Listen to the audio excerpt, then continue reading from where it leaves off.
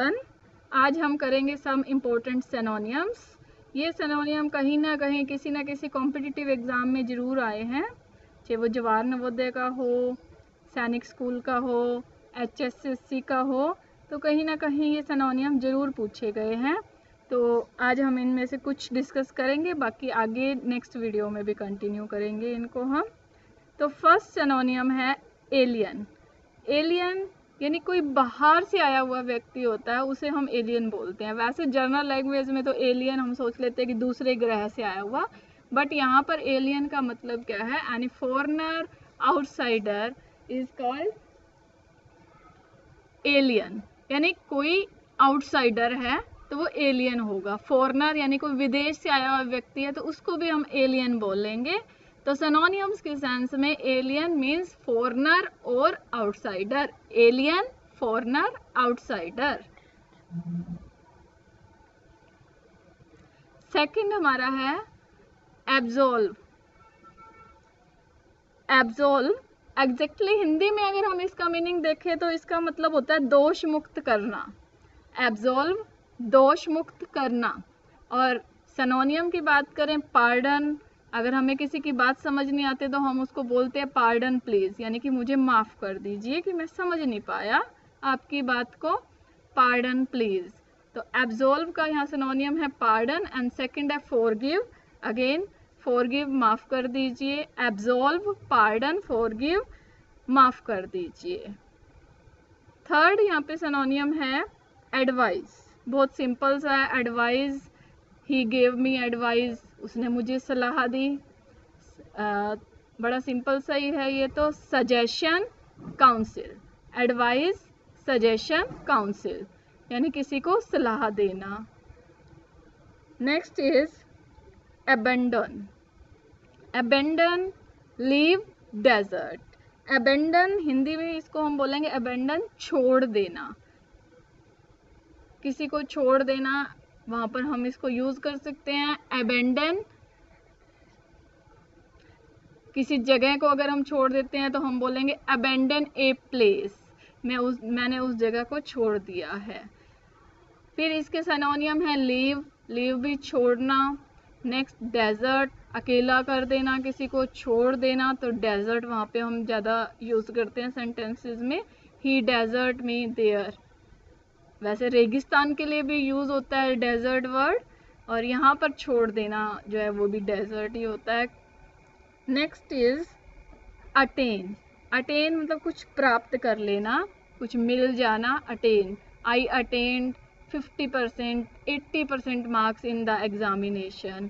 Gain, gain वैसे लाभ भी है तो यहाँ प्राप्ति है, तो प्राप्ति के लिए भी गेन हम यूज करते हैं।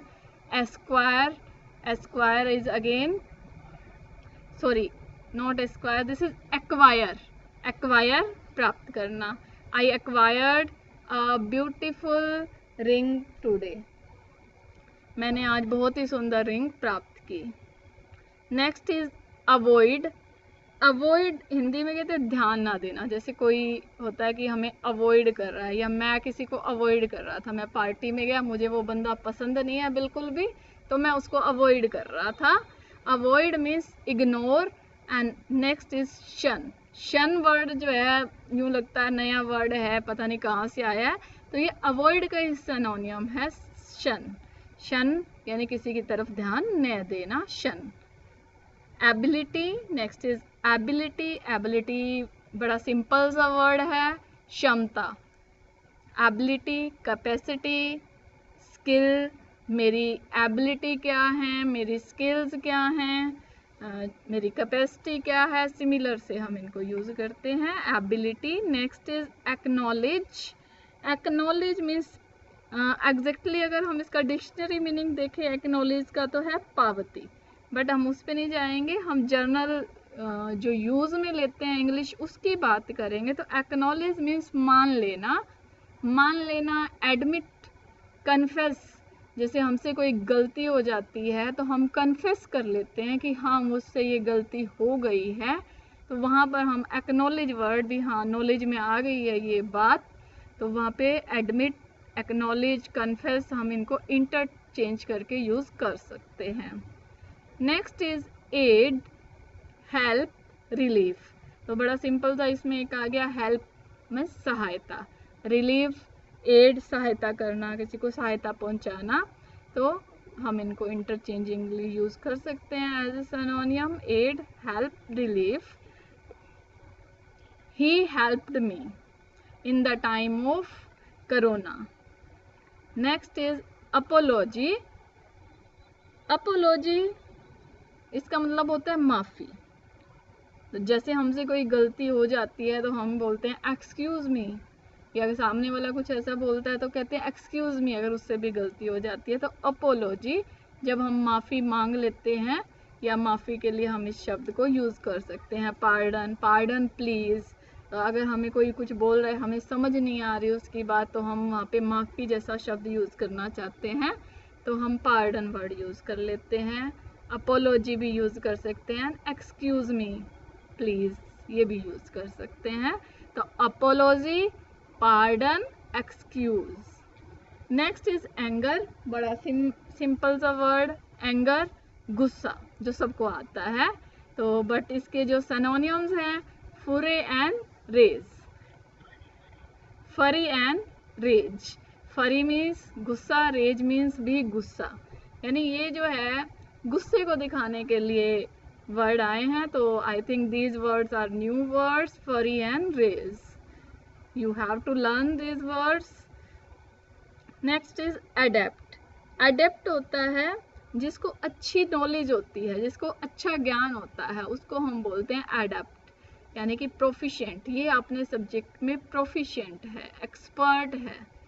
तो एडेप्ट, प्रोफिशिएंट, एक्सपर्ट। उसके बाद नेक्स्ट है बैन। बैन मीन्स रोकना, किसी चीज़ के लिए मना करना। Ban, prohibit and debar. तो ये है मना करने के लिए। He prohibited me to go inside the room, he debar me from entering the room.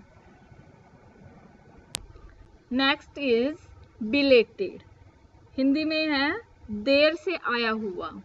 Delayed भी देर, ओवरड्यू देर से, जैसे किसी को पेमेंट देते हैं तो उसको ओवरड्यू वर्ड यूज करते हैं हम वहाँ पर।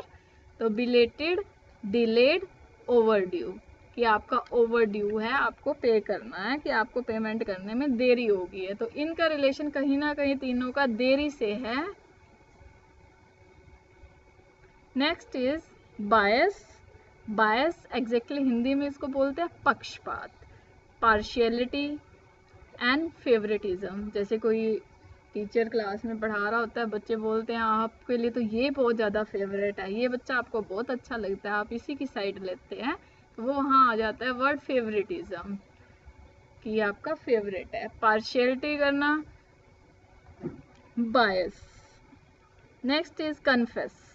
तो I think you can guess, ये वर्ड पहले भी आ गया है इसी वीडियो में। कन्फेस, एडमिट यानी कि मान लेना, एक्नॉलेज पहले आया था, एक्नॉलेज, और उसके थे कन्फेस एंड एडमिट, तो ये हो चुका है। Next is contradict. Contradict means खंडन, किसी की बात का विरोध करना। जब दो लोग बैठे हैं, स्पेशली जब वो दोनों पॉलिटिकल हैं, एक बीजेपी से है, कांग्रेस से है, तो उनमें कंट्राडिक्शन होना जो है बड़ा स्वाभाविक है। एक बोलेगा, दूसरा उसकी बात को काटेगा, मना करेगा। तो कंट्राडिक्ट का वेरी सिंपल, डिनाई मना करना, अपोज यानी उसका अपोजिशन, उसकी बात को काटना, अपोज करना। Contradict, deny, oppose. Next is consent. Consent means agree, permit, सहमति। तो इनका मतलब क्या होता है, सहमत होना।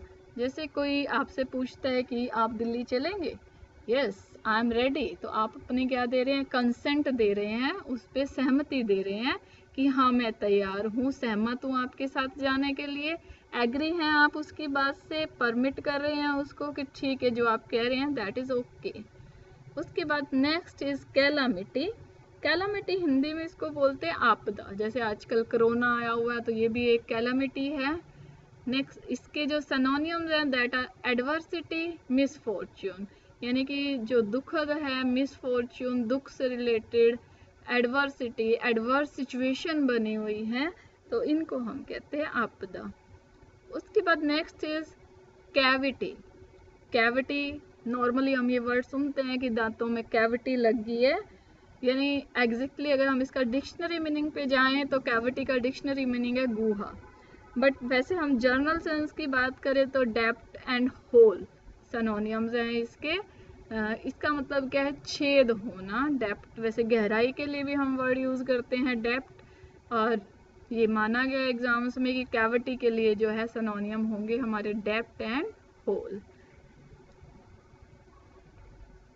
Next is demolish. डिमोलिश का मतलब होता है खराब कर देना, ruin एंड डिवास्टेट, किसी चीज को खराब कर देना या किसी चीज का खराब हो जाना, ruin। Next is delicious।